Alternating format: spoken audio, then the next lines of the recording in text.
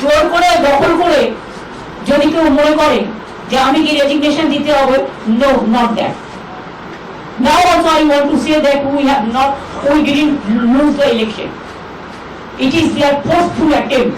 Party प्रवक्ता बताएगा, constitution में सब लिखा हुआ है, ज्यादा बोलने की जरूरत है। আমাদের লড়তে হয়েছে ভিলেন ইলেকশন কমিশন, যিনি ব্ল্যাক হিস্ট্রি তৈরি করেছেন। वो मुख्यमंत्री बनी रहे। राहे गुलशन तो फूल खिलेंगे और जो फूल खिलेंगे और रहा तृणमूल तो फिर मिलेंगे।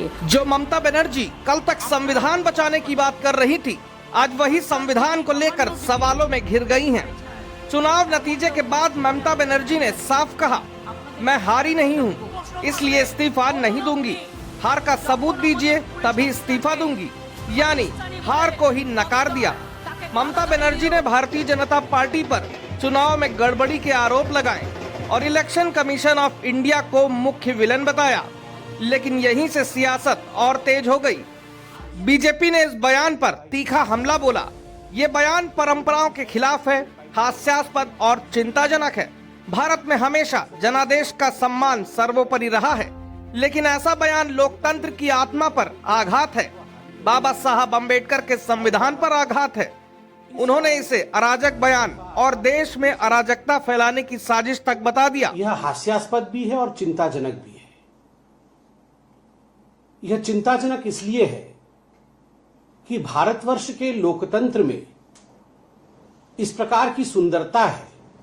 The democracy of India is known for the beauty कि जब सत्ता का हस्तांतरण होता है, उस समय आजादी से लेकर अभी तक इस प्रकार की परिस्थिति कभी नहीं बनाई जाती है कि दो पार्टी आपस में उलझ जाए। मुख्यमंत्री या प्रधानमंत्री की हार होती है, जिस पार्टी की हार होती है वो इस्तीफा देते हैं और ये सत्ता का हस्तांतरण बहुत ही शांति प्रिय तरीके से भारतवर्ष में होता आया। अब सवाल उठता है, क्या संविधान इसकी इजाजत देता है?